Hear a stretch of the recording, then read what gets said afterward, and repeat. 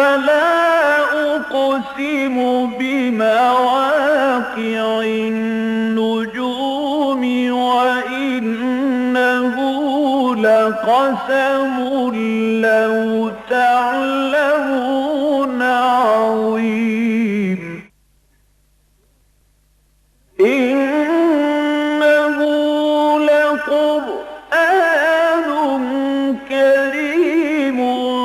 في كتاب مكنون لا يمسه إلا المطهرون تنزيل من رب العالمين.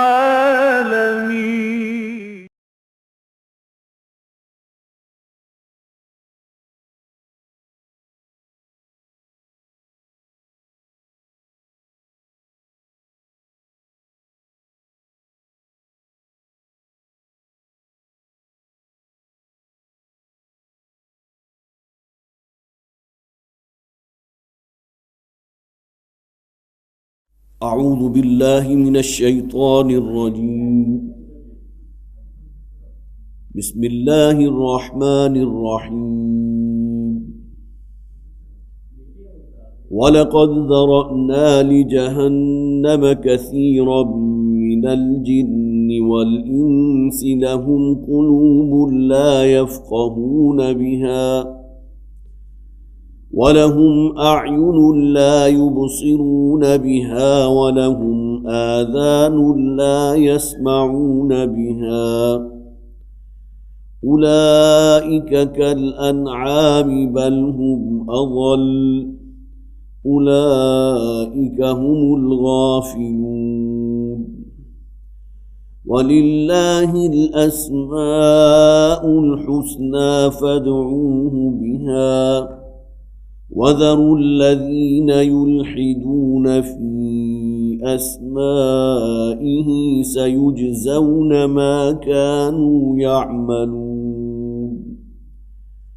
وممن خلقنا أمة يهدون بالحق وبه يعدلون. والذين كذبوا بآياتنا سنستدرجهم من حيث لا يعلمون وأملي لهم إن كيدي متين. أولم يتفكروا ما بصاحبهم من جنة إن هو إلا نذير مبين. أولم ينظروا في ملكوت السماوات والأرض وما خلق الله من شيء وأن عسى أن يكون قد اقترب أجلهم فبأي حديث بعده يؤمنون. من يضلل الله فلا هادي له ويذرهم في طغيانهم يعمهون. يسألونك عن الساعة أيان مرساها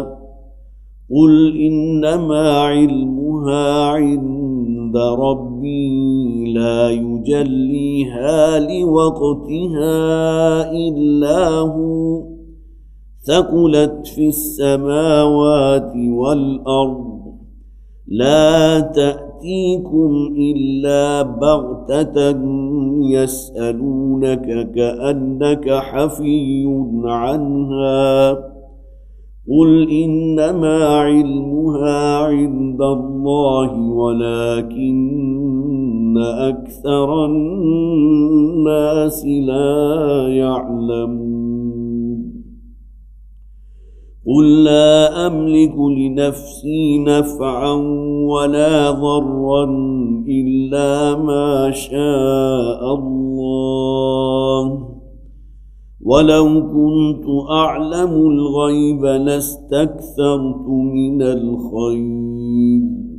وما مسني السوء إن أنا إلا نذير وبشير لقوم يؤمنون. صدق الله العظيم. رب اشرح لي صدري ويسر لي أمري واحلل عقدة من لساني يفقهوا قولي. اللهم ألهمنا رشدنا واعذنا من شرور أنفسنا آمین یا رب العالمین.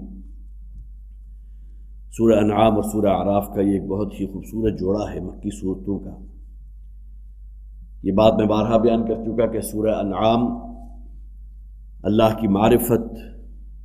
جسے شاہ ولی اللہ دہلوی نے تذکیر بآلاء اللہ کا نام دیا، کہ اللہ کی نعمتوں کے حوالے سے نصیحت، یاد دہانی، موعظت،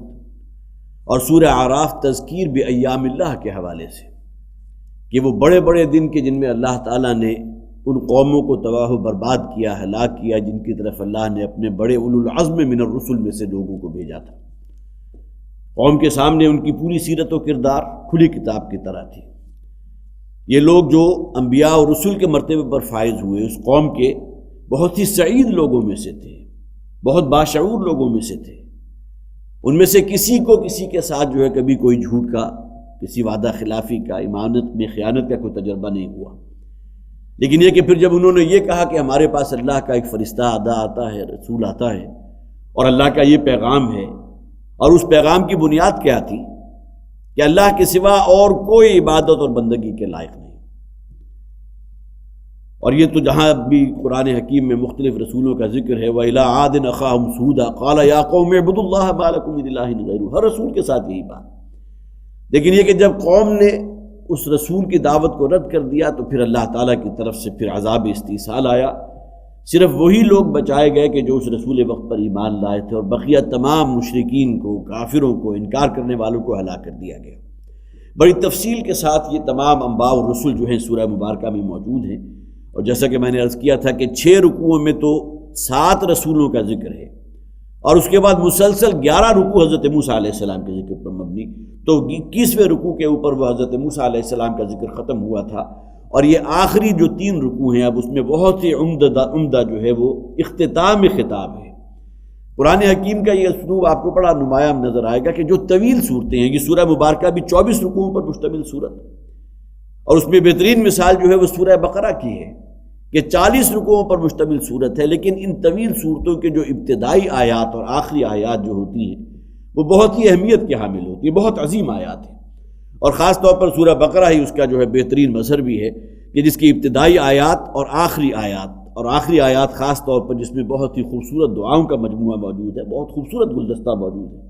ربنا لا تؤاخذنا ان نسینا واخطأنا ربنا ولا تحمل علينا اصرا كما حملته على الذين من قبلنا الى آخر سورہ. اس کے بارے میں خود نبی اکرم صلی اللہ علیہ وسلم نے ارشاد فرمایا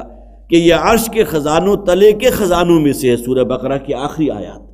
تو اس حوالے سے یہی معاملہ آپ کو اس صورت میں بھی نظر آئے گا کہ اس کی ابتدائی اور آخری آیات جو ہے بہت ہی اہمیت کی حامل ہے. اب آئیے 22ویں رکوع کی آخری 2 آیات کے جن کی ابھی میں نے آپ کے سامنے تلاوت کی ہے، اور انہی پر ہمارا پچھلی مرتبہ کا گفتگو کا سلسلہ ختم ہوا تھا. وَلَقَدْ ذَرَأْنَا لِجَهَنَّمَ كَثِيرًا مِّنَ الْجِنِّ وَالْإِنسِ. اور ہم نے تو انسانوں اور جنات میں سے بہت بڑی تعداد کو جہنم کے لیے پیدا کیا ہے. یہاں کسی درجے میں بھی جبر مراد نہیں ہے، بلکہ اللہ تعالیٰ کے علم کامل میں یہ ہے کہ انسانوں اور جنات کی عظیم اکثریت انہی لوگوں پر مشتمل ہوگی جو اپنی خواہشات نفسی کی بندگی میں لگے ہوئے ہیں، جن کے نزدیک اللہ کا کلام، اللہ کے رسول کا کلام، اللہ کے رسول کا پیغام، اتباع رسول، یہ کوئی شے جو ہے ان کے نزدیک کوئی حقیقت نہیں رکھتی. نتیجہ کیا نکلے گا کہ جس نے اپنے آپ کو اللہ کی بندگی سے آزاد کر دیا تو گویا کہ وہ اپنے نفس کے سپرد ہو گیا. نفس کے سپرد ہوا تو نفس جو ہے وہ تو خواہشات نفس انسان کو بالآخر مجبور کرتی ہے کہ شیطان کے نقش قدم کی پیروی کرنے لگے. اور شیطان جو ہے اپنے پورے لاؤ لشکر اور جو اس کے چیلے چانٹے ہیں اور اپنے فالوورز ان تمام کو لیڈ کرتا ہوا بالآخر ان جہنم تک پہنچا دے گا. تو وَلَقَدْ ذَرَأْنَا لِجَهَنَّمَ كَثِيرًا مِّنَ الْجِنِّ وَالْإِنسِ. اللہ تعالیٰ فرماتے ہیں کہ ہمیں معلوم ہے، یہ ہمارے علم کامل کی بنیاد پر ہم یہ بات کر رہے ہیں کہ جہنم میں جانے والے عظیم لوگ، اب اکثریت جو ہے وہ انسانوں اور جنات میں سے عظیم لوگ ہوں گے جو اس میں بالآخر جو ہے اس میں جھونکے جائیں گے. لَهُمْ قُلُوبٌ لَا يَفْقَهُونَ بِهَا. یہ وہ ہیں کہ جنہیں ہم نے دل دیے تھے لیکن تفقہ سے عاری تھے. وَلَهُمْ أَعْيُنٌ لَا يُبْصِرُونَ بِهَا. ہم نے انہیں آنکھیں دی تھی لیکن اس سے وہ کام نہیں لیتے تھے کہ جو بحیثیت انسان انہیں لینا چاہیے۔ وَلَهُمْ آذَانٌ لَا يَسْمَعُونَ بِهَا، ہم نے انہیں کان بھی دیے تھے لیکن اس سے سنتے نہیں تھے۔ یہاں مراد کیا ہے؟ ابو جہل بھی خوب سنتا تھا، ابو لہب کی بہت بڑی اور سرخ آنکھیں تھیں اس کی، اور ابو لہب جو ہے اصل میں اس کی کنیت ہے، لہب کہتے ہیں شعلے کو، اس کا پورا سراپا جو ہے جس طرح بھڑکتا ہوا شعلہ ہوتا ہے اس طرح انتہائی سرخ و سفید اس کی رنگت، بہت قداور شخص تھا، بہت ہی موٹی موٹی اس کی آنکھیں تھیں، اس بنیاد پر اسے ابو لہب کہا جاتا تھا، شعلے کی مانند چمکتا ہوا شخص۔ لیکن یہ کہ یہ تمام چیزیں اس سے صرف حیوانی ہی کام جو ہے وہ لیتا رہا، بجائے اس کے کہ ان کانوں سے نبی اکرم صلی اللہ علیہ وسلم کی زبان سے نکلے ہوئے یہ الفاظ قرآن حکیم کے جو اللہ کا کلام ہے، جو احسن الخالقین کا کلام ہے، اس کو سنتا اور ان پر کان دھرتا، اس کی بجائے اس نے جو ہے بالکل وہی کام کیا کہ جو کوئی حیوان اپنی اعضاء سے لیتا ہے۔ اولئک کالانعام بل هم اضل، یہ لوگ جو ہیں یہ چوپائیں اور مویشیوں کی مانند ہیں بلکہ ان سے بھی گئے گزرے۔ اولئک هم الغافلون، یہی وہ لوگ ہیں کہ جو بالآخر گویا کہ اس دنیا میں یہاں رہتے ہوئے اللہ سے غافل رہے، اور آخرت میں ان کا انجام یہ ہوگا کہ اللہ تعالیٰ ان سے غافل ہوگا، انہیں جہنم کے سپرد کر دے گا۔ میں نے خاص طور پر یہاں ایک شعر نوٹ کیا تھا جو آپ حضرات نے ڈاکٹر صاحب کی زبانی بارہا سنا ہوگا،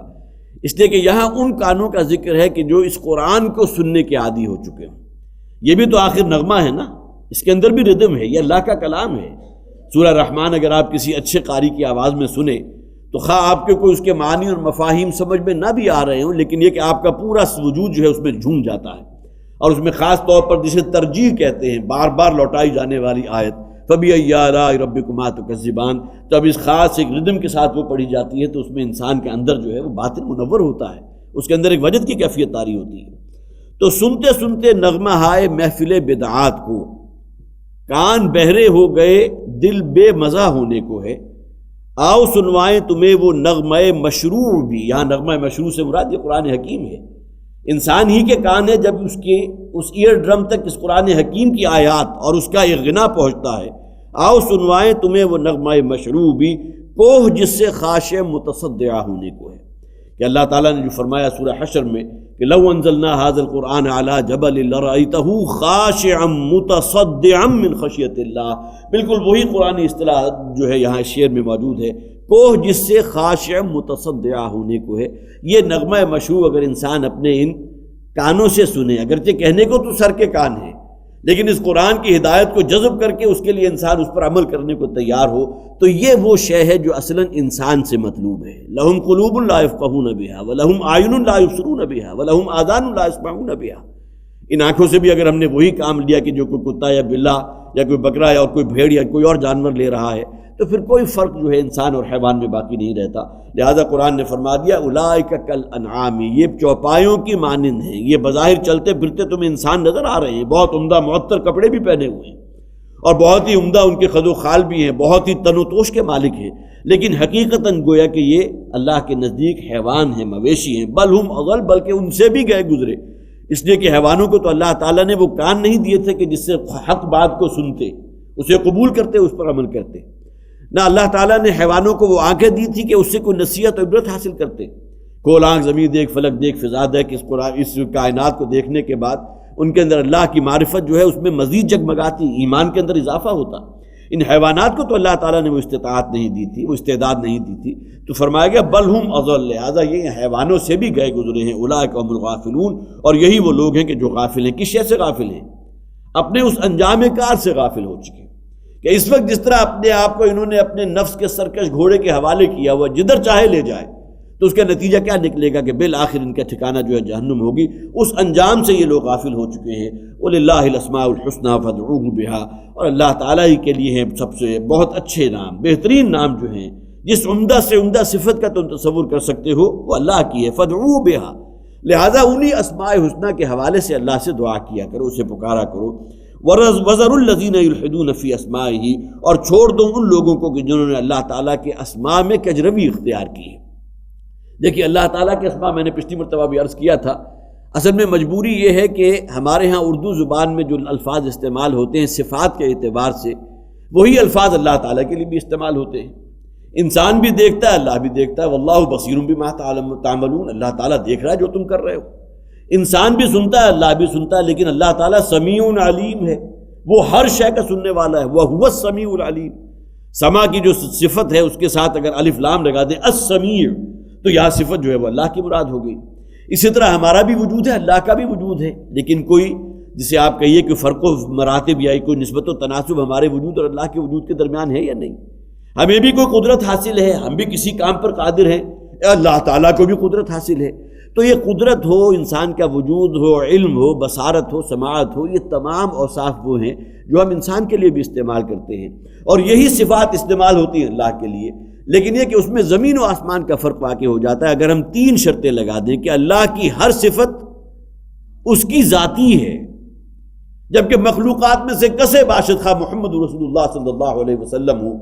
ان کو بھی اللہ تعالیٰ نے جو علم دیا ہے تو ان کا ذاتی علم نہیں ہے، اللہ کا عطا کردہ علم ہے۔ ان کو وہ جو وجود دیا ہے وہ اللہ نے عطا کیا ہے تو اس دنیا میں وجود لائے ہیں، اور اسی حوالے سے ان کے پاس اگر کوئی قدرت ہے، انہیں کہ اللہ تعالیٰ نے اگر علم غیب میں سے کچھ حصہ دیا ہے تو وہ بھی اتنا کچھ دیا جو اللہ تعالیٰ نے ان کے اللہ من ارتضی من رسول، اللہ تعالیٰ نے فرمایا سورہ جن کے اندر یہ الفاظ موجود ہیں کہ ہم علم غیب میں سے کچھ حصہ دیتے ہیں رسولوں کو، جس کو چاہتے ہیں جتنا دیتے ہیں۔ اب ظاہر ہے کہ غیبی حقائق جب تک رسول کی نگاہوں کے سامنے سے وہ پردے اٹھیں گے نہیں، جنت اور دوزخ کا اسے مشاہدہ نہیں کرایا جائے گا۔ فرشتے ہمارے لیے غیب کی حیثیت رکھتے ہیں، لیکن یہ کہ رسول کے لیے تو غیب نہیں ہے، ان کے پاس تو صبح و شام، یا یہ کہ فرض کیجئے کہ کئی دن کے فصل کے بعد فرشتہ آتا ہے، اللہ کی وحی لے کر آ رہا ہے، ہمارے لیے علم غیب کی بات ہے۔ تو علم غیب میں سے اللہ تعالیٰ جس کے لیے چاہتا ہے جتنا اٹھا دیتا ہے، لیکن عالم الکل جو ہے وہ صرف اللہ کی ذات ہے۔ آج کی آیات کے اندر بھی وہ الفاظ آ جائیں گے جس میں نبی اکرم صلی اللہ علیہ وسلم سے فرمایا گیا، اے نبی ان سے کہہ دیجئے کہ مجھے کوئی غیب کا علم نہیں ہے، اگر غیب کا علم ہوتا تو میں ہر نوع کا خیر اپنے پاس جمع کر لیتا، مجھے کوئی مشکل آتی ہی نہ، کوئی مشقت آتی ہی نہ۔ اور خیر سے مراد اس دنیاوی دولت کو بھی ہم لے سکتے ہیں کہ اس دنیا کی ہر نعمت، ہر دولت میں، ہر آسائش میں اپنے لیے حاصل کر سکتا تھا۔ لو کنت عالم الغیب، اگر میرے پاس علم غیب مکمل ہوتا، تو اس موضوع پر آگے بھی انشاءاللہ گفتگو ہوگی۔ تو یہ تمام صفات وہ ہیں کہ جو اگر صرف اللہ کے لیے ہیں تو سب سے پہلی شرط کیا کہ اللہ کی ہر صفت اس کی ذاتی ہے، جبکہ مخلوقات کی صفات عطائی ہیں۔ اللہ کی ہر صفت اس کی ذات کی طرح ہمیشہ سے ہے، قدیم ہے، جس کا کوئی تصور نہیں کر سکتے کہ کب اللہ کی ذات کا آغاز ہوا تھا۔ یہ وہ شیطانی وسوسے ہیں کہ جو انسان کے اندر گویا کہ شرک پیدا کر دیتے ہیں۔ جس طرح ایک بڑی منطقی سی بات ہے، ہم عام طور پر کہتے ہیں لوگوں کو قائل کرنے کے لیے کہ تم کیسے مان لے ہو کہ کوئی شے بغیر کسی خالق کے وجود میں آ گئی؟ اتنی بڑی کائنات ہے، یہ چاند، یہ ستارے، یہ سورج، یہ زمین، اور پھر زمین کے اوپر انواع و اقسام کی جو نعمتیں ہیں، کیا کسی پیدا کرنے والے کے بغیر وجود میں آ گئی؟ ٹھیک ہے، ہاں جی، یہ تو نہیں ہو سکتا، کوئی نہ کوئی پیدا کرنے والا ہونا چاہیے، کوئی خالق اور مالک ہونا چاہیے جس نے اس کائنات کو پیدا کیا۔ اب شیطان اگلی پٹی کیا پڑھائے گا؟ اگر یہ اصول صحیح ہے کہ کوئی شے کسی پیدا کیے کرنے والے کے بغیر پیدا نہیں ہو سکتی، تو اگلا سوال کیا پھر اللہ کا پیدا کرنے والا کون ہے؟ معاذ اللہ۔ اب یہ وہ چیزیں ہیں کہ جس میں انسان جو ہے یلحدون فی اسمائی، جو اللہ تعالیٰ کے صفات میں کجی اور الحاد اختیار کرنے والے ہیں، تو ان لوگوں کے رستے پر مت چلو کہ جو اللہ کے اسماء کے اندر یہ کجی کا معاملہ کرنے والے ہیں۔ فادعوہ بہا وذروا الذین یلحدون فی اسمائہ وللہ الاسماء الحسنی فادعوہ بہا، تمام اچھی صفات، اچھے نام اللہ ہی کے لیے ہیں، لہذا ان کو اسی کے واسطے سے پکارا کرو۔ وذروا الذین یلحدون فی اسمائہ، اور چھوڑ دو ان لوگوں کے طریقوں کو کہ جنہوں نے اللہ تعالیٰ کی صفات اور اللہ کے اسماء میں الحاد اختیار کر لیا۔ اور میں نے عرض کیا تھا، یاد ہوگا، اس میں ایک پہلو یہ بھی ہے کہ اللہ تعالیٰ ہر شے پر قادر ہے، ہم اس بات کو مانتے ہیں، یہ ہمارے ایمان کا جز ہے، لیکن شیطان ہمیں کیا پٹی پڑھا گیا؟ کیا اللہ تعالیٰ کسی غلط کام کے کرنے پر بھی قادر ہے؟ کیا جھوٹ بولنے پر بھی قادر ہے؟ معاذ اللہ۔ کسی اور گناہ پر بھی قادر ہے؟ معاذ اللہ ثم معاذ اللہ۔ اب یہ ہے اصل میں اللہ تعالیٰ کی اسماء و صفات کے اندر جو ہے الحاد اختیار کرنا۔ اسی طرح اللہ تعالیٰ ہر جگہ موجود ہے، ٹھیک ہے، اللہ تعالیٰ اگر یہاں موجود ہے تو پھر عرش پہ کون ہے؟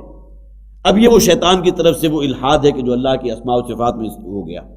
اسی طرح پھر اللہ تعالیٰ کی صفات جو ہیں وہ کسی غیر اللہ کو منسوب کر دینا، مخلوقات میں سے کوئی ولی اللہ ہے، کوئی اللہ والا ہے، جس طرح حضرت عیسیٰ علیہ السلام کو اللہ کا بیٹا قرار دے دیا گیا،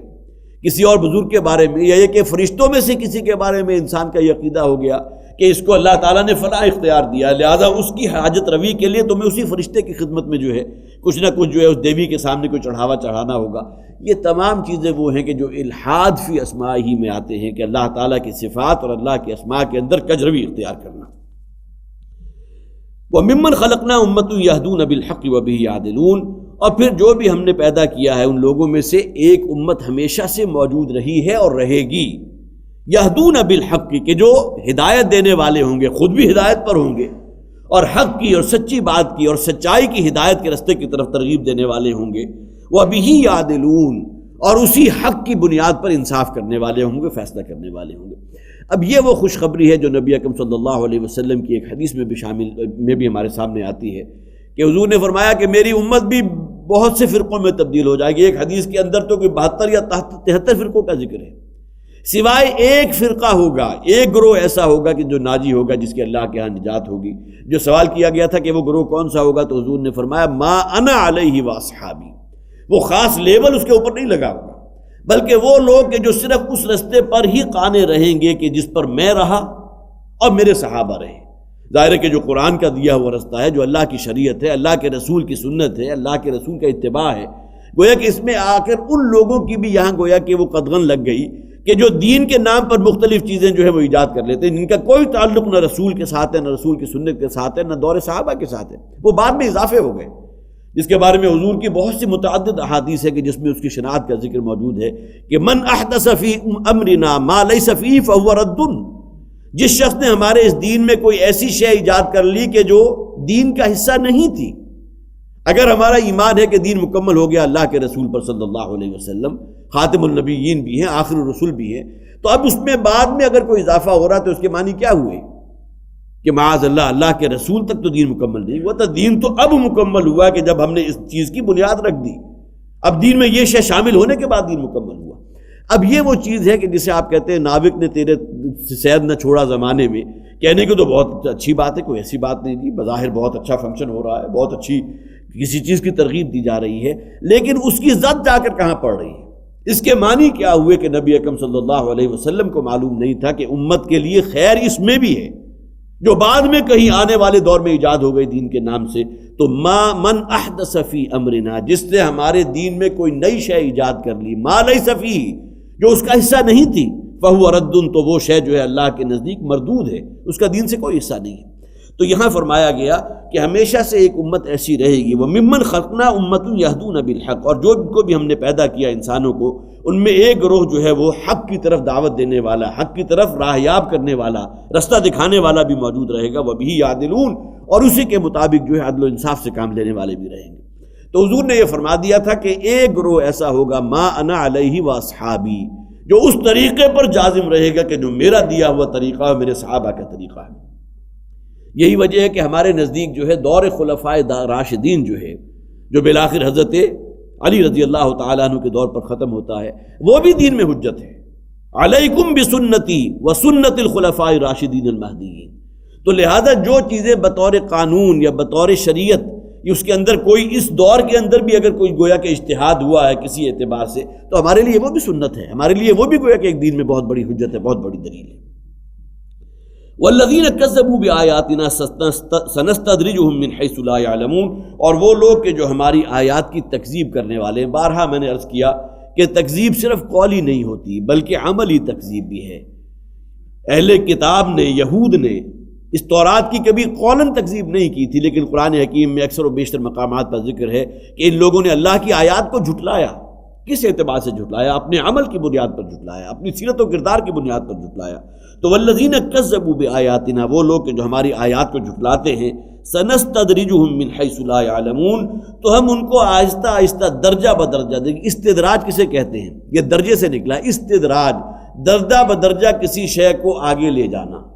تو سنستدرجهم من حیث لا یعلمون، ہم آہستہ آہستہ ان کو ایسی جگہ تک پہنچا دیں گے کہ جن کی انہیں خبر بھی نہیں ہوگی۔ یہاں استدراج سے مراد کیا ہے کہ اللہ تعالیٰ ڈھیل دیتا ہے ایسے لوگوں کو کہ جو ابتداءً جنہوں نے تکذیب کی روش اختیار کی ہے، جس طرح کا معاملہ آج کل امت مسلمہ کا ہے، اور ہر شخص جو اس کو اپنے اوپر طاری کر سکتا ہے۔ صحابہ کرام کے بارے میں یہ متعدد روایات موجود ہیں کہ جب وہ دیکھتے تھے کہ ہمارے لیے کوئی امتحان نہیں ہے، دنیا جو ہے بہت خوبصورت ہے اور یہاں کسی طرف سے اللہ تعالیٰ کی طرف سے کوئی امتحان میں سے ہمیں نہیں گزارا جاتا، تو ایک دم پریشان ہو جاتے تھے کہ کہیں اسی قرآنی جو ایک اللہ کی ایک سنت ہے، استدراج اور تمہیل،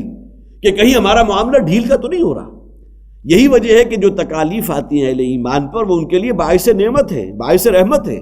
جس کی وجہ سے وہ اس دین کے اوپر مزید جازم بھی ہوتے ہیں۔ اللہ تعالیٰ ان کے درجات کو بھی بلند کرتا ہے، ان کے ایمان میں بھی اضافہ فرماتا ہے۔ لیکن اگر کوئی شخص یہ نوٹ کرے کہ میرے لیے کوئی آزمائش ہے ہی نہیں، میرے لیے تو دنیا کی ہر نعمت بھی میسر ہے، صحت بھی اپنی جولانی پر ہے، پھر مال و دولت کے اعتبار سے بھی میں بہت آگے جا رہا ہوں، تو اسے خوفزدہ ہونا چاہیے کہ کہیں یہ معاملہ اللہ تعالیٰ کی طرف سے اس ڈھیل کے ضمن میں تو نہیں آ رہا، جیسا کہ معاملہ صحابہ کرام کا ہوا کرتا تھا، اولیاء اللہ کا ہوتا تھا، کہ جب دیکھتے تھے کہ اللہ کی طرف سے کوئی آزمائش اور کوئی امتحان نہیں ہے تو خوفزدہ ہو جایا کرتے تھے کہ کہیں ہم بھی اسی اللہ کی سنت کی زد میں نہ آ جائیں، وہ سنت استدراج ہے، سنستدرجہم من حیث لا یعلمون، تو ہم انہیں ڈھیل دیتے ہیں اور آہستہ آہستہ درجہ بدرجہ انہیں وہاں تک پہنچا دیتے ہیں کہ جس انجام کے بارے میں وہ سوچ بھی نہیں رہے ہوتے۔ اس لیے کہ اللہ تعالیٰ کی سنت سورہ بنی اسرائیل کی آیت نمبر 16 میں فرمایا گیا وَإِذَا أَرَدْنَا أَن نُهْلِكَ قَرْيَةً أَمَرْنَا مُتْرَفِيهَا فَفَسَقُوا فِيهَا فَحَقَّ عَلَيْهِ الْقَوْلُ فَدَمَّرْنَاهَا تَدْمِيرًا،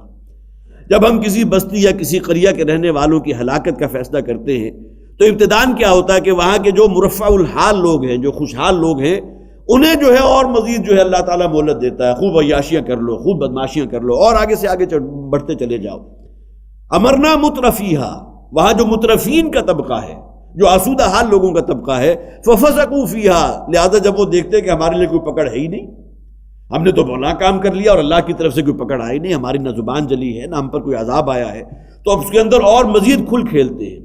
تو آگے فرمایا گیا فَدَمَّرْنَاهَا تَدْمِيرًا، اور پھر اس کے بعد ہم ان کے اوپر اپنا وہ عذاب لاتے ہیں جو انہیں ملیا میٹ کر دیتا ہے، جنہیں نیست و نابود کر دیتا ہے۔ یہ اللہ تعالیٰ کی سنت ہے۔ لہذا یہ معاملہ صرف قوموں کا نہیں بلکہ انسانوں کو بھی اپنے بارے میں جو ہے وہ ہوشیار رہنا چاہیے کہ اللہ تعالیٰ کی طرف سے کہیں ان کے ضمن میں بھی ڈھیل کا اور امہال و تمہیل کا معاملہ نہ ہو رہا ہو۔ سَنَسْتَدْرِجُهُم مِّن حَيْثُ لَا يَعْلَمُونَ وَأُمْلِي لَهُمْ إِنَّ كَيْدِي مَتِينٌ، اور میں تو ان کو اور مہلت دوں گا، ان کو اور ڈھیل دوں گا، إِنَّ كَيْدِي مَتِينٌ،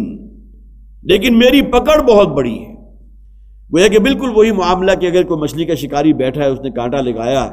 اور اسے اندازہ ہو گیا، اس نے ڈوری کو محسوس کر لیا کہ مچھلی کے حلق میں کانٹا پھنس گیا، تو وہ فوراً نہیں کھینچتا، اس لیے کہ ابھی وہ کانٹا جو ہے ممکن ہے پوری طرح نہ پھنساؤ، کھینچنے پر وہ اس کے منہ سے نکل آئے اور مچھلی پھر آزاد ہو جائے۔ لہٰذا وہ اس کو موقع دیتا ہے کہ وہ اچھی طرح اس کے اندر جو ہے وہ کھب جائے اور اس کو ڈھیل دیتا ہے۔ بالکل یہی معاملہ اللہ تعالیٰ کی طرف سے بھی ہے کہ اللہ ڈھیل دیتا ہے، لیکن اس کے بعد جو پکڑتا ہے تو پھر اللہ کی پکڑ سے اللہ کا جو بھی وہ ہے اس سے کوئی شے بچانے والی نہیں ہوتی۔ بالکل یہی الفاظ سورہ قلم کی آیت نمبر 45 اور 46 میں بھی موجود ہے، سنستدرجہم من حیث لا یعلمون واملی لہم ان کیدی متین۔ اب یہ بالکل وہی بات ہے کہ جو آپ حضرات نے سنی ہوگی کہ قرآن حکیم میں جو بھی بہت ہی جامع مضمون ہوتا ہے، جو اہم بات ہوتی ہے،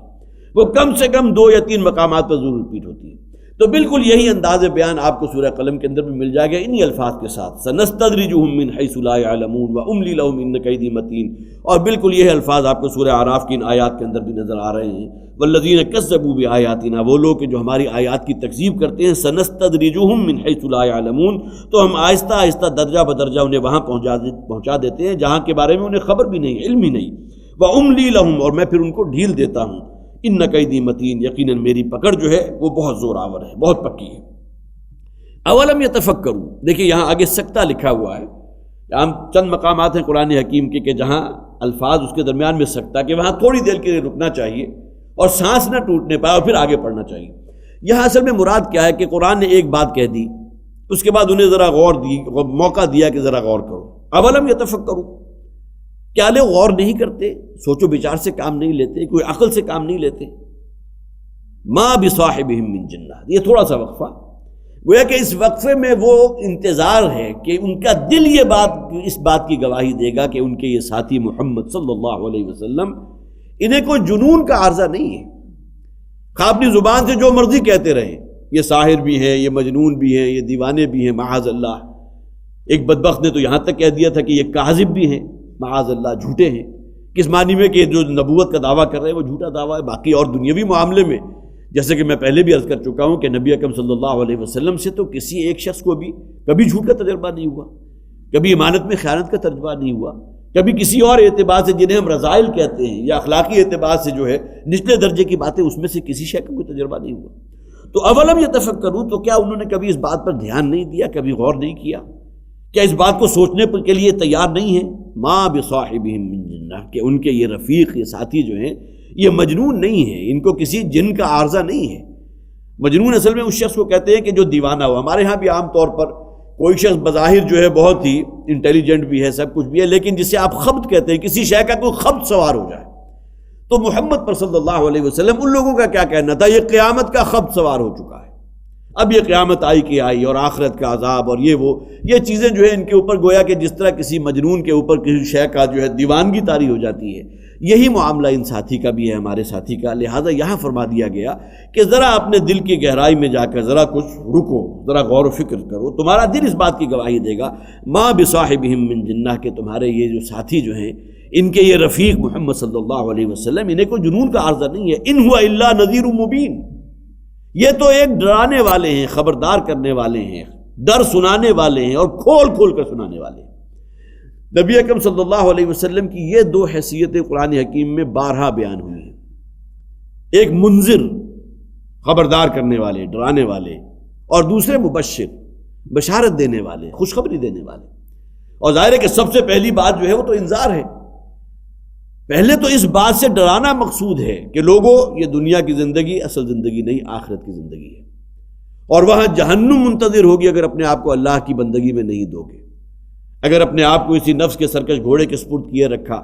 خواہشات نفسی پر پیروی کرتے رہے، یا یہ کہ اللہ کے ساتھ شرک کرنے لگے یا شیطان کے نقش پا کی پیروی کرنے لگے، تو تمہارا ٹھکانہ وہ جہنم ہوگی، وہ دہکتی ہوئی آگ کہ لا يموت فیہا ولا یحیا، کہ جس میں نہ انسان کو موت آئے گی کہ اس کی جو بھی شدت ہے، اس کی تکلیف، اس کا کہ خاتمہ ہو سکے، اور نہ وہ زندہ میں شمار ہوگا۔ تو یہ انذار ہے کہ جو ہر نبی اور ہر رسول جو ہے فریضہ انجام دیتا ہے۔ اس کے بعد درجہ آتا ہے مبشرین کا، کہ جو لوگ اپنے آپ کو اللہ کی بندگی میں دیں گے ان کے لیے خوشخبری ہے۔ وَإِنَّهَا لَجَنَّةٌ أَبَدًا أَوْ لَنَارٌ أَبَدًا، یا تو ہمیشہ ہمیش کے لیے جنت ہے، فَرَوْحٌ وَرَيْحَانٌ وَجَنَّةُ نَعِيم، وہاں اللہ تعالیٰ کی ہر نعمت جو ہے اسے حاصل ہوگی اور اینڈ لیس زندگی ہے، اور جس شے کا تم تصور کرو گے وَلَهُمْ فِيهَا مَا تَدَّعُونَ، جو شے طلب کرو گے تمہارے لیے حاصل کر دی جائے گی۔ اور اس میں بھی حضور نے جو فرمایا کہ کوئی شخص جو ہے بندہ مومن جب جنت کی تمام نعمتوں سے پوری طرح بہرمند ہو چکا ہوگا، سیر نہیں ہوگا۔ ظاہر ہے کہ جنت کی نعمتیں وہ نہیں ہے کہ جس سے انسان سیر ہو جائے، یہاں بڑی سے بڑی نعمت کا آپ تصور کیجئے، کچھ عرصے کے بعد انسان اس کا عادی ہو جاتا ہے۔ جو آپ کے نزدیک ابھی بہت دور کی بات ہے، کسی شخص کو وہ آسائش بھی حاصل ہے، لیکن اگر آپ کو حاصل ہو جاتی ہے تو کچھ عرصے کے بعد وہ آپ کے لیے ایک معمول کی شے بن جائے گی۔ جنت کی نعمتیں ایسی نہیں ہیں، جیسا کہ فرمایا گیا غالباً سورہ فرقان کے اندر ہے، حسنت فیہا مستقرا و مقاما، کہ انسان وہاں تھوڑی دیر کے لیے قیام کرے یا ابدی قیام کرے، وہاں کی نعمت، وہاں کی رہنائیاں جو ہیں ہمیشہ اس میں اضافہ ہوتا رہے گا، کہیں بھی انسان کے اوپر بوسیدگی اور کسی اعتبار سے بھی ایک باسیپن کا معاملہ اس کے ساتھ نہیں ہوگا۔ تو یا تو وہ جنت ہے تمہارے لیے، یا پھر یہ ہے کہ جہنم کی دہکتے ہوئے آگے، اور وہاں بھی بالکل اس کا عکس ہے۔ بعض اوقات ہوتا ہے انسان کو، افریقہ کے رہنے والے، بہت ہی گرم علاقے کے رہنے والے، ان کے لیے وہ یوز ٹو ہو چکے ہوتے ہیں، یہاں سے ہم جائیں تو ہمارے لیے وہاں ممکن ہے کہ ایک رات گزارنا ہے، چند دن گزارنا ممکن نہ ہو، لیکن وہاں کے رہنے والوں کے لیے وہ ایک معمول کی بات ہے۔ تو جہنم اس کے بالکل برعکس ہے کہ وہاں کا بھی ایسا نہیں ہوگا کہ انسان ان سختیوں کا عادی ہو جائے، بلکہ اس میں بھی بڑھوتری ہوتی رہے گی، اور اس کے اندر عذاب جو ہے اس کے اندر بھی اضافہ ہوتا رہے گا، بالکل اسی طرح جس طرح کہ جنت کی نعمتوں کی رعنائیوں میں اضافہ ہوتا رہے گا۔ ان ہوا الا نذیر مبین، تو یہ تمہارے ساتھی محمد صلی اللہ علیہ وسلم یہ تو اصل میں خبردار کرنے والے ہیں، کھول کر سنانے والے ہیں۔ اولم ينظروا فی ملکوت السماوات والارض، کیا یہ دیکھتے نہیں؟ یہاں اصل میں دیکھیں نظر کی بات ہے، نظر گرچہ انسان کی ظاہری بصارت سے متعلق ہے، لیکن چند آیات پہلے ہم پڑھ چکے ہیں، وَلَهُمْ أَعْيُنٌ لَا يُبْصِرُونَ بِهَا، انسانوں کو ہم نے آنکھیں دی ہیں لیکن اس سے وہ دیکھنا نہیں دیکھتے، دیدن دیگر آموز والا دیکھنا جو واقعتاً انسانوں کا دیکھنا ہوتا ہے، جس کے نتیجے میں انسان کے اندر اللہ کی معرفت اور گہری پیدا ہو، اللہ پر ایمان اور بڑھتا چلا جائے۔ اولم ينظروا فی ملکوت السماوات والارض، اس زمین و آسمان کے اس مستحکم نظام پر یہ لوگ نظر نہیں کرتے؟ ٹھیک ہے، کوئی حیوان بھی ان چیزوں کو دیکھ رہا ہے، سورج کو اس نے بھی دیکھا، چاند کو بھی دیکھ لیا، ستاروں کو بھی دیکھ لیا، روشنی و تاریکی کا بھی وہ گویا کہ ان چیزوں کا وہ خوب اچھی طرح اپریشیٹ کرنے والا ہے۔ اگر انسان نے بھی صرف یہی کچھ دیکھا تو بالکل وہی بات اولئک کالانعام بل هم اضل، جو پچھلی آیات میں ہم پڑھ چکے کہ یہ تو پھر گویا کہ چوپایوں کی مانند ہے، بلکہ ان سے بھی گئے گزرے۔ اولم ينظروا فی ملکوت السماوات والارض، کیا یہ دیکھتے نہیں ہیں؟ کیا غور نہیں؟ یہاں دیکھنا وہ دل کی نگاہ سے دیکھنے والی بات مراد ہے، غور کرنے والی مراد ہے۔ اس زمین و آسمان کے اس نظام پر غور نہیں کرتے؟ وما خلق اللہ من شیء، اور کیا یہ غور نہیں کرتے اس شے پر جو اللہ نے پیدا کیا ہے؟ اب یہاں اگرچہ لا موجود ہے، لا جہاں بھی قرآن میں آتا ہے اس کے معنی یہ ہے کہ بات ابھی مکمل نہیں ہوئی، اگلے حصے کو اس کو جوڑ لی، لیکن یہاں ذرا رک کر آپ دیکھیے کہ یہاں قرآن حکیم نے جو بہت ہی خوبصورت بات کہی کہ انسانوں کا بھی ذکر کر دیا گیا کہ جن کے اندر وہ تفقہ والے دل موجود ہیں، وہ قلوب موجود ہیں، ان کا دل گواہی دیتا ہے، جس طرح کی بہترین مثال حضرت لقمان کی ہے کہ نہ کسی نبی کے یا رسول کے امتی ہیں، نہ یہ کہ خود نبی اور رسول ہے، لیکن یہ کہ توحید تک بھی پہنچے اور معاد اور آخرت تک بھی پہنچے۔ اسی طرح اس کائنات کے اس مستحکم نظام کو لے سانس بھی آہستہ کہ نازک ہے بہت کام، آفاق کی اس کارگاہ شیشہ گری کا۔ یہ تو ہمیں آج معلوم ہوا ہے نا کہ یہ کرے بہت بڑے بڑے، اور کس طرح یہ اپنے مدار میں جو ہے ایک فکسڈ اللہ تعالیٰ نے ان کا ایک جو ہے مدار مقرر کر دیا، اس کے اندر چکر لگا رہے ہیں۔ سورج اپنے کنبے قبیلے کے ساتھ لگا رہا ہے، پھر اس کے اپنے قبیلے کے ساتھ، اور یہ کسی اور بڑے سرکل کے اندر گھوم رہا ہے، اور پھر جو بڑی ہے وہ کسی گلیکسی کے گرد گھوم رہی ہے، اور وہ گلیکسی جو ہے وہ خود کسی ایک دور کے گرد گھوم رہی ہے۔ اس کا کوئی انسان تصور نہیں کر سکتا۔ تو یہاں جو فرمایا گیا اس زمین و آسمان کے اس نظام پر غور نہیں کرتے۔ اب یہاں خاص طور پر آگے جو فرمایا گیا وَمَا خَلَقَ اللَّهُ مِن شَيْءٍ، جو اللہ نے تخلیق کیا ہے، جو اب ان کی نگاہوں کے سامنے مختلف مشاہدات ہیں، اس ضمن میں خاص طور پر سورہ بقرہ کی آیت نمبر 165 میں آپ کے سامنے رکھنے لگا ہوں۔ فرمایا ان فی خلق السماوات والارض واختلاف اللیل والنہار والفلک التی تجری فی البحر بما ينفع الناس، یہ اللہ کی تخلیق ہے نا، یہ زمین و آسمان کی تخلیق، اور دن اور رات کے الٹ پھیر میں یہ سورج اور یہ چاند جس طرح ایک دوسرے کے پیچھے لگے ہوئے ہیں، اور جس طرح دن اور رات کا نظام اللہ نے پیدا کیا، والفلک التی تجری فی البحر، اور یہ ہواؤں کا چلنا کہ جس کے سہارے تمہارے یہ بڑے بڑے بادبانی جہاز جو ہے وہ اپنی منزل تک پہنچ رہے ہیں، بما ينفع الناس، جس کے ذریعے لوگ جو ہے وہ نفع کی چیزیں حاصل کرتے ہیں، وما انزل اللہ من السماء من ماء، اور یہ اللہ کا بنایا ہوا نظام، آسمان سے بارش برس رہی ہے، فاحیا به الارض بعد موتها، اور یہ آسمان کا نازل کیا ہوا پانی جب زمین پر آتا ہے تو زمین کے اندر ایک زندگی پیدا ہو جاتی ہے، اور زمین مردہ ہونے کے باوجود اس کے اندر زندگی پیدا ہو جاتی ہے، وبث فیہا من کل دابۃ، اور پھر اس زمین میں اللہ تعالیٰ نے تمہارے لیے ہر نوع کے جو ہے مفید چیزیں پھیلا دی ہیں، اس میں چوپائے بھی ہیں، اور پھر یہ کہ اس کے اندر تمہارے لیے کھانے پینے کی چیزیں بھی ہیں، سبزیاں بھی ہیں، پھل بھی ہیں، میوے بھی ہیں، وہ تصریف الرياح، اور اسی طرح یہ ہواؤں کا چلنا ہے، وہ سحاب المسخر بین السماء والارض، اور یہ بادل کے جو زمین اور آسمان کے بابین اللہ نے معلق کر دیے ہیں، لآیات لقوم یعقلون، ان کا تعلق کس سے ہے؟ وما خلق اللہ من شیء، جو اللہ تعالیٰ نے تخلیقات ہیں اللہ کی، جو اس کے بڑے بڑے مظاہر ہیں، جو ہر انسان ان پر غور و فکر کر سکتا ہے۔ تو اس زمین و آسمان، اس کائنات کا وہ نازک اور مستحکم نظام، اور جو اللہ کی مخلوقات ہیں، کیا یہ غور نہیں کرتے اس پر؟ کیا ان کا دل گواہی نہیں دیتا ایک اللہ کی موجودگی کا، ایک اللہ کے خالق اور مالک ہونے کا؟ وَأَنْ عَسَىٰ أَن يَكُونَ قَدِ اقْتَرَبَ أَجَلُهُمْ، اب دیکھیے یہاں جو ہے تھوڑا سا وقفہ ہے، اور کیا عجب کہ ان کا جو ہے وہ اجل معین ان کے سر پر کھڑی ہو، اپنے دل کی گواہی کے باوجود بھی یہ اللہ کی بندگی اور عبادت کرنے کے لیے تیار نہیں، حالانکہ دل گواہی دے رہا ہے کہ اس کائنات کا یہ مربوط اور مستحکم نظام اور یہ پورا سلسلہ مخلوقات ایک خالق اور مالک کی وجود کی گواہی دے رہے ہیں، اور منطق اس کا تقاضا کرے گی کہ جب وہ خالق و مالک تمہارا رب ہے، تمہارا خالق اور مالک ہے، تو اس کا حکم مانو۔ اور کیا عجب کہ ان میں سے کسی کی اجل ان کے بالکل سر پر کھڑی ہو، وَأَنْ عَسَىٰ أَن يَكُونَ قَدِ اقْتَرَبَ أَجَلُهُمْ، یہاں وہ موت مراد ہے، فَبِأَيِّ حَدِيثٍ بَعْدَهُ يُؤْمِنُونَ، تو اب اس کے بعد اور کون سی بات ہوگی کہ جس پر یہ ایمان لائیں گے؟ یہاں دیکھیے بعدہو میں ہو کی ضمیر جو ہے دو چیزوں کی طرف جا رہی ہے، بالکل یہی الفاظ سورہ مرسلات کے آخر میں بھی ہیں، جہاں فَبِأَيِّ حَدِيثٍ بَعْدَهُ يُؤْمِنُونَ، بعدہو سے مراد وہاں قرآن ہے، اس لیے کہ قرین ترین قراءہ جو ہے وہاں قرآن کے لیے الفاظ ہیں۔ یہاں بعدہو کے لیے دو چیزیں مراد لی جا سکتی ہیں، مولانا اصلاحی نے یہاں مراد لیا ہے بعدہو سے اجلہم، کہ گویا کہ موت کے آنے کے بعد بھی آیا کوئی شے ہوگی کہ جو ان کے اندر کوئی ایمان کے جذبات پیدا کر سکے، اور موت کے سکرات شروع ہونے کے بعد تو توبہ کا دروازہ بھی بند ہو جاتا ہے۔ وہ تو فرعون کے ساتھ بھی ہوا تھا کہ جب وہ ڈبکیاں کھانے لگا اور غوطے آنے لگے اور اس نے موت کو اپنے سر کے سامنے دیکھ لیا، نگاہوں کے سامنے کھڑے ہوئے دیکھ لیا، تو اس نے بھی کہا تھا کہ میں آمنت برب موسیٰ و ہارون، میں موسیٰ اور ہارون اور بنی اسرائیل جس رب کی بندگی کرتے ہیں اس پر ایمان لاتا ہوں۔ تو یہ موت جب آ جائے تب تو ان کا ایمان لانا یا ان کا توبہ طائب ہونا بالکل بیکار ہے، عبث ہے۔ فَبِأَيِّ حَدِيثٍ بَعْدَهُ يُؤْمِنُونَ، تو کیا اب یہ ایمان لائیں گے موت کے سکرات شروع ہو جانے کے بعد؟ تو بعدہو کی ضمیر جو ہے، یہ ہو کی ضمیر موت کی طرف جا رہی ہے، مولانا اصلاحی یہ کہہ رہے ہیں، لیکن اکثر و بیشتر مفسرین نے یہاں بالکل وہ عمومی انداز مراد لیا ہے کہ یہ قرآن کے جس کی تم تکذیب کر رہے ہو، اس قرآن کی آیات کے جو تمہارے ایمان کے جذبات میں اضافے کا موجب ہونی چاہیے، اس قرآن کے نازل ہونے کے بعد اب کون سی اور شے ہوگی کہ جو تمہیں اللہ پر ایمان لانے کے لیے راغب کر سکے؟ جو تمہیں مجبور کر سکے کہ اللہ کی بندگی، اللہ پر ایمان لا، اسی کا تقوی اختیار کرو۔ فَبِأَيِّ حَدِيثٍ بَعْدَهُ يُؤْمِنُونَ مَن يُضْلِلِ اللَّهُ فَلَا هَادِيَ لَهُ، جسے اللہ تعالیٰ گمراہ کر دے، میں بارہا عرض کر چکا ہوں، یہ ضمیر اللہ تعالیٰ اس لیے لیتا ہے کہ جب تک اللہ تعالیٰ کی طرف سے وہ پروانہ دستخط نہیں ہو جاتا کہ اس شخص نے گمراہی کو اختیار کیا، ٹھیک ہے، اس کے لیے اس راستے کو میں نے کھول دیا، یہاں یہ شے اللہ تعالیٰ اپنی طرف منسوب کرتے ہیں۔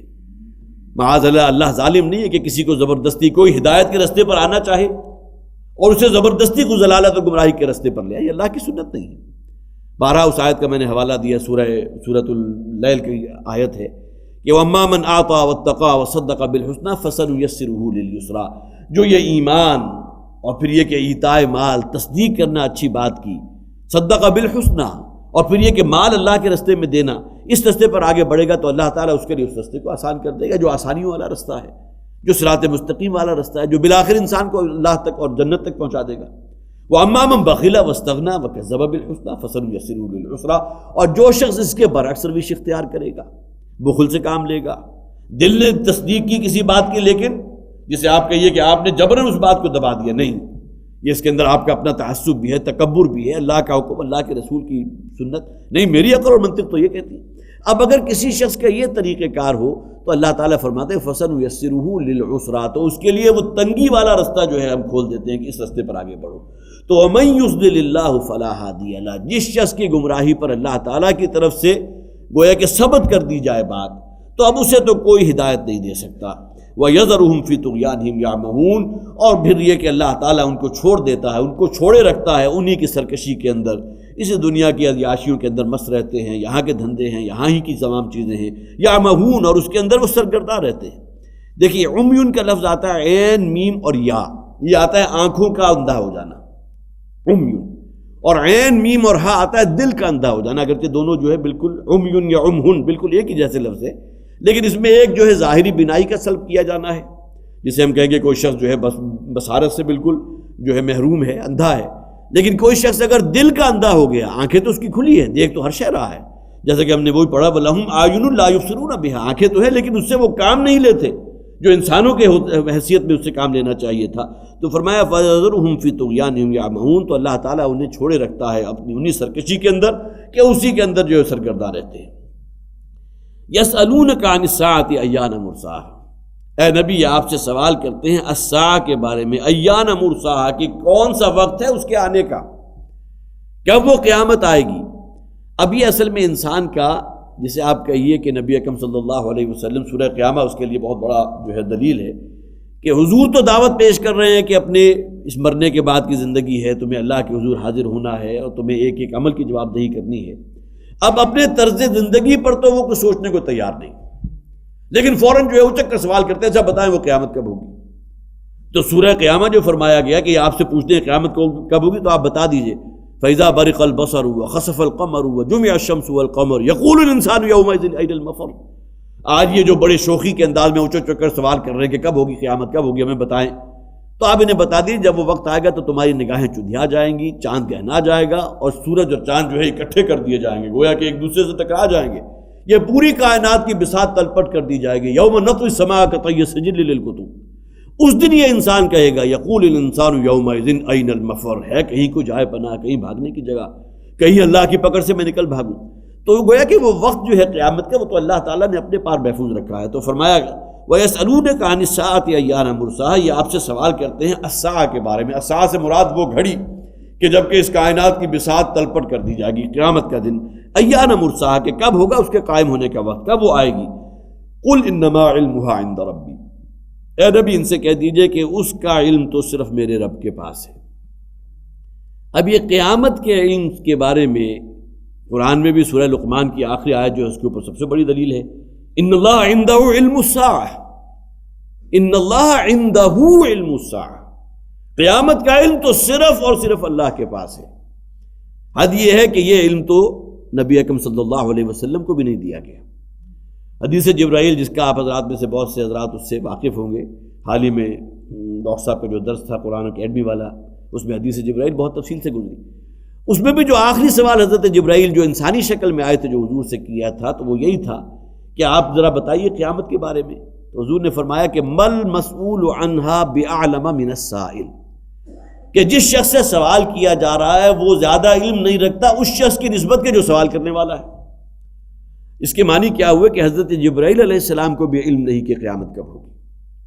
اس لیے کہ حضور نے اپنے آپ کو حضرت جبرائیل علیہ السلام کو بالکل برابر کر دیا کہ جس طرح میں بے خبر ہوں، جس طرح تم بے خبر ہو اسی طرح میں بھی بے خبر ہوں۔ تو قیامت کے بارے میں کہ کب واقع ہوگی، اگرچہ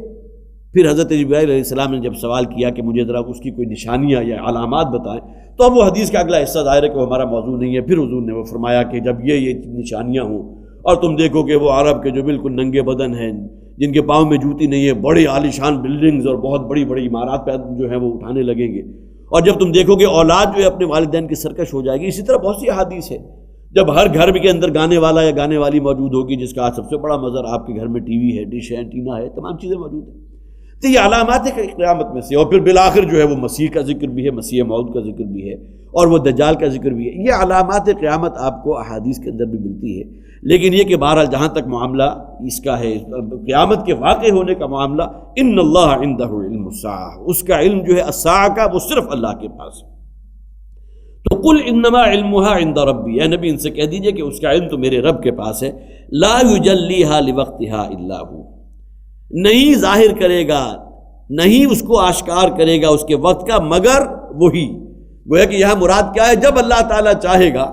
وہ قیامت وقوع پذیر ہو جائے گی۔ یہ الگ بات ہے کہ نبی اکرم صلی اللہ علیہ وسلم نے اپنے اور قیامت کے بارے میں ایک حدیث صحیح میں الفاظ فرمائے، دو انگلیوں طرف کی طرح اشارہ کرتے ہوئے کہ میں اور قیامت اس طرح ہیں جس طرح یہ دو انگلیاں ایک دوسرے سے جڑی ہوئی ہیں۔ یہاں مراد کیا ہے؟ اگرچہ حضور صلی اللہ علیہ وسلم کو بھی رحلت کیے ہوئے اب آپ کو معلوم ہے کہ 1450 برس ہونے کو آ رہے ہیں، لیکن یہ کہ یہاں اصل میں کیا شے مراد ہے کہ میرے بعد اب کوئی نبی نہیں ہے، نہ کوئی کتاب ہے، نہ کوئی نبی ہے، نہ کوئی رسول ہے، نہ کوئی نئی امت وجود میں آئے گی، تو لہذا اب میں آخری رسول ہے، لہذا حضور نے اپنی آمد کو بھی قیامت کی نشانیوں میں سے ایک نشانی قرار دیا، اس لیے کہ اب اس کے بعد کوئی نبی اور رسول نہیں۔ تو انا والساعۃ کہاتین، تو حضور نے فرمایا کہ میں اور الساعہ، قیامت جو ہے وہ اس طرح ہے جس طرح یہ دو انگلیاں جڑی ہوئی ہیں۔ تو اس حوالے سے گویا کہ اگرچہ اس میں ابھی اور کتنا عرصہ باقی ہے، کہنے والے یہ کہتے ہیں مختلف اعتبارات سے ان کی پریڈکشنز بھی ہیں، کچھ پیشن گوئیاں بھی ہیں کہ اگلے 70 سال ہیں یا 150 سال ہیں یا 200 سال ہیں، لیکن یہ کہ بہرحال اس کے بارے میں حتمی بات نہیں کی جا سکتی۔ وہی بات جو یہاں قرآن کہہ رہا ہے، قل انما علمها عند ربی، اے نبی کہہ دیجئے کہ اس کا علم جو ہے وہ تو صرف میرے رب کے پاس ہے۔ لا یجلیھا لوقتھا الا ہو، نہیں وہ واضح کرے گا، نہیں اس کو آشکار کرے گا اس کے وقت کا مگر وہی۔ ثقلت فی السماوات والارض، اصل بات جو تمہارے پلے باندھنے کی ہے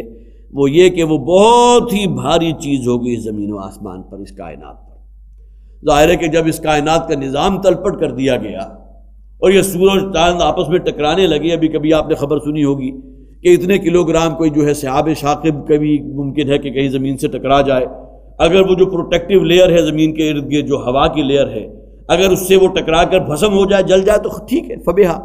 لیکن اگر کہیں اسے پیئرس کر کے زمین کے آ کے ٹکرا جائے تو کتنا بڑا علاقہ اس کے ذریعے جو ہے وہ ڈیمیج ہو جائے گا، اور کتنے وسیع پیمانے پر جو ہے ہلاکتیں ہوں گی، اس کا تصور کر کے انسان کہاں اٹھتا ہے۔ وہ ایک چھوٹے سے سحاب ثاقب کا اگر یہ معاملہ ہے تو یہ جب کرے آپس میں ٹکرائیں گے تو کیا ہوگا؟ تو فرمایا ثقلت فی السماوات والارض، وہ بہت بھاری بات ہے، بہت بڑا واقعہ ہے، بہت بڑا حادثہ ہوگا جو زمین و آسمان اس کائنات پر واقع ہوگا۔ لا تأتیکم الا بغتہ، وہ آئے گی تم پر اور اچانک آئے گی۔ اگرچہ وہ علامات جو اس سے حضور نے بھی فرمایا اس سے انسان کی نشاندہی تو ہو سکتی ہے، لیکن یہاں خاص طور پر نوٹ کیجئے کہ اس سے پچھلی آیت میں ہم نے پڑھا تھا وَأَنْ عَسَىٰ أَن يَكُونَ قَدِ اقْتَرَبَ أَجَلُهُمْ، کہ عجب کہ ان کی وہ موت ان کے سر پر کھڑی ہو۔ اب حضور کی ایک حدیث کو یہاں ٹانک دیجئے، حضور نے فرمایا مَن مَاتَ فَقَدْ قَامَتْ قِیَامَتُ، یہ آج بڑی شوخی سے جو پوچھتے ہیں کب قیامت ہوگی، تو ان کی قیامت تو ان کی موت کی شکل میں ان کے سر پر کھڑی ہے، اس کی تو کوئی گارنٹی نہیں کہ موت کب آئے گی، وہ تو کسی لمحے بھی آ سکتی ہے۔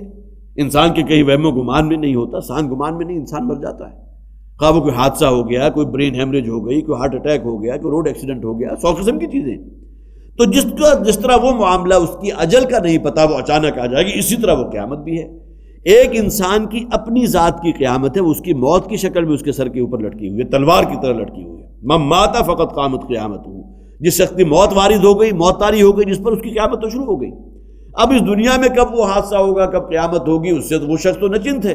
ہاں جب وہ نفخہ ثانی ہوگا اور دوسری مرتبہ سور میں پھونکا جائے گا تو حضرت آدم سے لے کر اس قیامت تک جو آنے والے انسان ہیں، کچھ تو وہ ہوں گے کہ جو اس قیامت کے زیر اثر مر جائیں گے، لیکن جو اس سے پہلے مر چکے ہوں گے وہ تو اب نفخہ ثانیہ کی گویا کہ اس صورت میں اب ان کی بیداری ہوگی، اب وہ دوبارہ زندہ کیے جائیں گے اور وہ بکٹوٹ دوڑ رہے ہوں گے اللہ کی طرف اور اس کٹہرے کی طرف جہاں عدالت لگے گی، جو آخری عدالت۔ تو اس حوالے سے اس قیامت کا ذکر جو انسان کی اپنی قیامت جو اس کے سر پر موت کی طرح معلق ہے، اس کا ذکر 2 آیات پہلے کر دیا گیا۔ اب اس کائنات کی جو موت ہے، ثقلت فی السماوات والارض، وہ بہت بڑی بات ہوگی، بہت بڑا حادثہ ہوگا اس کائنات اور اس زمین پر۔ لا تأتیکم الا بغتہ، وہ نہیں آئے گی تم پر مگر اچانک۔ یسألونک کأنک حفی عنہا، دیکھیے اب ان کا بار بار کا سوال کرنا، اس لیے کہ سب سے بڑھ کر جو حضور نے انذار کیا تو قیامت اور یوم الحساب کے بارے میں کیا۔ آخرت کا تصور ہے نا، بابر بیش کوش کے عالم دوبارہ نیست، آخرت کے تصور کو ذہن سے نکال دیجئے۔ جب جواب دہی کا کوئی تصور ہی نہیں ہے، محاسبے کا کوئی وہم و خیال ہی نہیں ہے، تو اس دنیا میں تو انسان جو چاہے کم ہے، جو چاہے کرے، جس طرح چاہے کرے، وہ کم ہوگا۔ لیکن اگر آخرت کے تصور کو آپ نفی کر لیں گے تو اب گویا کہ ہر قدم انسان رکھے گا تو محتاط ہو کر رکھے گا کہ مجھے اپنے اس عمل کی جواب دہی آخرت میں کرنی ہے، یہ میرے ایمان کا تقاضا ہے۔ تو ایمان گہرا اترا ہوا ہوگا تو پھر انسان کی سیرت و کردار کے اندر وہ برگوبار بھی آئیں گے کہ جو اللہ اور قرآن چاہتا ہے۔ یسألونک کأنک حفی عنہا، یہ بار بار جو آپ سے سوال کر رہے ہیں تو معلوم ایسا ہوتا ہے، یہ آپ سے پوچھ رہے ہیں کأنک حفی عنہا، گویا کہ آپ اسی کام کے لیے پیدا کیے گئے۔ حفیون اس شخص کو کہتے ہیں جو کھود کرید میں لگا ہو، جس کے اوپر گویا کہ بالکل ایک خبط سوار ہو چکا ہو کہ صرف ایک ہی کام ہے اس کی زندگی کا مقصد۔ ہمارے ہاں بہت سے محققین ہیں اور جو بھی بہرحال کسی تحقیق اور جستجو کا کام کرتے ہیں تو ان کی زندگی تو اٹھے بیٹھے اور سوئے جاگتے ہر وقت انہیں ایک ہی چیز سوار ہوتی ہے کہ ان کو یہ کام کرنا ہے۔ تو کأنک حفی عنہا، تو گویا کہ معلوم ہوتا ہے کہ یہ سمجھتے ہیں کہ آپ شاید اسی کام کے لیے مبعوث کیے گئے، کہ آپ کو معلوم ہو کہ قیامت کا وقت کب ہوگا، آپ اسی کی کھود کرید میں لگے ہوئے ہیں، اسی کی تحقیق میں لگے ہوئے ہیں۔ قل انما علمها عند اللہ، دیکھیے پھر دوبارہ ریپیٹ کر دیا گیا، اے نبی ان سے کہہ دیجئے کہ اس کا علم تو اللہ کے پاس ہے، وہ قیامت کب ہوگی جیسا کہ میں نے عرض کیا سورہ لقمان کی آخری رکوع، آخری بلکہ آیت ہے کہ جس میں وہ 5 چیزوں کا ذکر کیا گیا۔ ان اللہ عنده علم الساعة وينزل الغیث ويعلم ما في الارحام وما تکسب نفس ماذا تکسب غدا وما تکسب نفس بأي ارض تموت، آیت مجھے پوری طرح یاد نہیں ہے لیکن 5 چیزوں کا ذکر کر دیا گیا، ان میں اولین ترین چیز جو ہے وہ قیامت کا ذکر ہے۔ ان اللہ عنده علم الساعة، یہاں بھی اس آیت میں دوسری مرتبہ پھر ریپیٹ کیا گیا، قل اے نبی کہہ دیجئے انما علمها عند اللہ، کہ اس کا علم تو میرے رب کے پاس ہے۔ اس سے اندازہ ہوتا ہے کہ کس طرح وہ بار بار ریپیٹڈلی حضور سے سوال کرتے تھے کہ ہمیں بتائیں، بس یہ بات آپ ہمیں بتا دیں، اور ممکن ہے کہنے والے یہ بھی کہتے ہوں کہ آپ اگر ہمیں یہ بتا دیں گے تو ہم آپ پر ایمان لے آئیں گے۔ جس طرح انہوں نے کہا تھا کہ ہماری نگاہوں کے سامنے سورہ بنی اسرائیل کے اندر پوری وہ لسٹ موجود ہے، یہ اب اگر یہ معجزات اگر آپ ہمارے سامنے دکھا دیجئے، ہم دیکھ لیں ان کو تو ہم آپ پر ایمان لے آئیں گے۔ اب ہماری نگاہوں کے سامنے جو ایک یہ آپ کا جو ہے صحرا، یہ گل و گلزار بن جائے، سونے کا محل آپ کے لیے تعمیر ہو جائے، ایک سیڑھی پر آپ چڑھتے ہوئے نظر آئیں، آسمان تک جائیں، اور پھر واپس اترتے ہوئے آپ کے ہاتھ میں کتاب موجود ہے جو آپ ہمیں پڑھ کر سنائیں۔ یہ تمام چیزیں جو ہیں گویا کہ ان کے مطالبات تھے کہ جو بار بار کیے جا رہے تھے۔ یہی معلوم ہوتا ہے کہ قیامت کے بارے میں بھی ریپیٹڈلی وہ یہ بات کہہ رہے ہیں، یسألونک کأنک حفی عنہا، یہ آپ سے اس طرح سوال کرتے ہیں گویا کہ آپ کے اس کے اندر یہ چیز شامل تھی کہ آپ کو پیدا اسی کام کے لیے کیا گیا کہ آپ انہیں بتائیں کہ قیامت کب ہوگی۔ قل انما علمها عند ربی، اے نبی کہہ دیجئے کہ میرے اس کا علم جو ہے عند اللہ، یہ اللہ کے پاس ہے اس قیامت کا علم، ولکن اکثر الناس لا يعلمون، لیکن لوگوں کی اکثریت جو ہے اس سے غافل ہے، اس کا علم نہیں رکھتی۔ یہاں قیامت کا علم تو نہیں ہے لیکن اس تصور کو بھی اپنے نزدیک آنے دینے کے لیے تیار نہیں ہے۔ بل یرید الانسان لیفجر امامہ، قیامت کا انکار کیوں کر رہا ہے؟ مرنے کے بعد جواب دہی اور حساب کتاب کا انکار کیوں کر رہا ہے؟ اس لیے کہ اپنی زندگی کے اندر یہ کوئی چینج لانا نہیں چاہتا۔ جس فسق و فجور، جن گناہوں کا عادی ہو چکا، جو حرام شے اس کی معاش میں شامل ہو گئی، جو غلط شے اس کی معاشرت میں آ چکی ہے، اس کی معاشرتی زندگی میں داخل ہو چکی ہے، اس کو چھوڑنے کو تیار نہیں ہے۔ نتیجہ اس کا کیا نکلا کہ آخرت کا انکار کر دو، کب ہوگی قیامت، آپ جب تک نہیں بتائیں گے ہم ایمان نہیں لائیں گے۔ تو یہ اصل میں انسان کا اصل مرض کیا ہے؟ بل یرید الانسان لیفجر امامہ یسأل ایان یوم القیامہ، اور زج کرنے کے لیے کہتا ہے کہ قیامت کروائے گی، بار بار سوال کیے جا رہا ہے۔ تو قل انما علمها عند اللہ، نبی کہہ دیجئے کہ اس کا علم جو ہے وہ تو اللہ کے پاس ہے، ولکن اکثر الناس لا يعلمون، لیکن لوگوں کی اکثریت جو ہے اس کا علم نہیں رکھتی۔ قل لا املک لنفسی نفعا ولا ضرا، بہت خوبصورت الفاظ ہیں یہ، جیسا کہ میں نے عرض کیا تھا کہ بڑی طویل صورت ہے، 24 رکوعوں پر مشتمل صورت، اور اب یہ گویا کہ 23واں اور 24واں رکوع جو ہے اس کا اختتام کلام ہے، اس میں بہت ہی خوبصورت انداز ہے۔ قل لا املک لنفسی نفعا ولا ضرا، ہے نبی ان سے کہہ دیجئے کہ مجھے تو اپنے بارے میں بھی اختیار نہیں ہے کہ میں اپنے آپ کو کوئی نفع پہنچا سکوں یا اپنے آپ کو کوئی نقصان پہنچا سکوں، الا ما شاء اللہ، مگر وہی کہ جو اللہ چاہے گا۔ یہاں گویا کہ جسے آپ کہیے عام انسان تو بے بس ہے ہی، لیکن یہ الفاظ محمد رسول اللہ صلی اللہ علیہ وسلم کی زبان سے نکلوائے گئے، حالانکہ آپ رحمت للعالمین بھی ہیں، رحبوب رب العالمین بھی ہیں، کہ ارے میرے اختیار میں کوئی شے نہیں ہے، تمہارے بارے میں مجھے کیا اختیار ہوگا؟ انک لا تہدی من احببت ولکن اللہ یہدی من یشاء۔ کس کس کے بارے میں حضور کی خواہش نہیں ہوگی کہ وہ اللہ پر ایمان لے آئے؟ ابو طالب حضور کے سگے چچا، اور اس دنیا میں جس طرح پروٹیکشن انہوں نے دی ہے حضور کو صلی اللہ علیہ وسلم، لیکن یہ کہ حضور کی خواہش تو یہاں ختم ہو گئی۔ کتنی ہی خواہش تھی کہ یہ ایمان لے آئے، لیکن ایمان نہیں لائے، اس دنیا سے ایمان سے محروم گئے، اور کتنے ہوں گے کہ جن کے بارے میں حضور کی خواہش ہوگی۔ تو انک لا تہدی من احببت ولکن اللہ یہدی من یشاء، اے نبی جسے آپ چاہیں یا جس کے بارے میں آپ پسند کریں کہ وہ ہدایت پر آ جائے، آپ کو اللہ نے اختیار نہیں دیا۔ ما انت علیہم بمسیطر، آپ ان پر کوئی داروغہ نہیں ہے، آپ کے ہاتھ میں اختیار اللہ نے نہیں دیا کہ اپنی مرضی سے جسے چاہیں ہدایت کے رستے پر لے آئیں۔ تو وہی بات فرمائی گئی کہ مجھے تو اپنی جان کے بارے میں بھی کوئی اختیار نہیں ہے، نہ کسی نفع کا نہ کسی ضرر کا، الا ما شاء اللہ، وہی کچھ ہوگا کہ جو اللہ چاہے گا۔ گویا کہ کل اختیار اللہ کے پاس ہے، وہی جو میں نے عرض کیا تھا کہ یہ صفات مشیت اختیار میرا بھی ہے، ارادہ میرا بھی ہے، ایک مشیت اور اختیار اللہ کا ہے، لیکن کوئی نسبت و تناسب نہیں۔ ما شاء اللہ کان وما لم یشاء لم یکن، اللہ کی اس مشیت کا معاملہ تو یہ ہے کہ اللہ تعالیٰ جو شے چاہتا ہے وہ ہو جاتی ہے، اور جس شے کے بارے میں اللہ چاہتا ہے کہ نہ ہو وہ نہیں ہوتی۔ تو الا ما شاء اللہ ولو کنت اعلم الغیب لاستکثرت من الخیر، اور اگر میں کہیں کل غیب کا عالم ہوتا، ہر پوشیدہ شے میرے لیے جو ہے وہ واضح کر دی جاتی تو میں ہر قسم سمیٹ لیتا۔ اگرچہ یہاں الخیر سے مراد جو ہے دنیاوی مال و دولت بھی ہے، یہ بھی مراد دی جا سکتی ہے۔ وما مسنی السوء، اور مجھے کوئی تکلیف کبھی نہ پہنچتی، ان انا الا نذیر و بشیر لقوم یؤمنون، میں ہوں مگر ایک نذیر، وہی بات جو ہم پہلے پڑھ چکے، ان ہوا الا نذیر مبین، یہ آیت نمبر 184 میں بھی پڑھ چکے، اور یہ آیت نمبر 188 کے اندر پھر آ گیا، ان انا الا نذیر و بشیر لقوم یؤمنون، میں تو نذیر ہوں، خبردار کرنے والا ہوں، اور بشارت دینے والا ہوں، خوشخبری دینے والا ہوں۔ کن لوگوں کے لیے؟ وہ کہ جو ایمان رکھنے والے ہیں، جو واقعتاً اللہ پر ایمان رکھتے ہیں، وہ اللہ ہی کی بندگی اختیار کرتے ہیں۔ یہ آخری آیت کا صرف ترجمہ ہی میں نے آپ کے سامنے رکھا ہے، لیکن جیسا کہ میں نے عرض کیا تھا کہ الفاظ بھی بہت ہی خوبصورت ہے،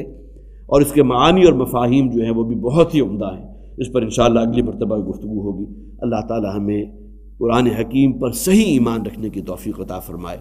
وہ ایمان کے جو ہمارے اندر اللہ کی بندگی پیدا کرے، اس راستے پر ہمیں صراط مستقیم پر لے کر چلے، اور ہمیں ہر اس شے سے بچنے کی توفیق عطا فرمائے کہ جو اللہ کو پسند نہیں ہے۔ بارک اللہ لی ولکم فی القرآن العظیم ونفعنی وإیاکم بالآیات والذکر الحکیم۔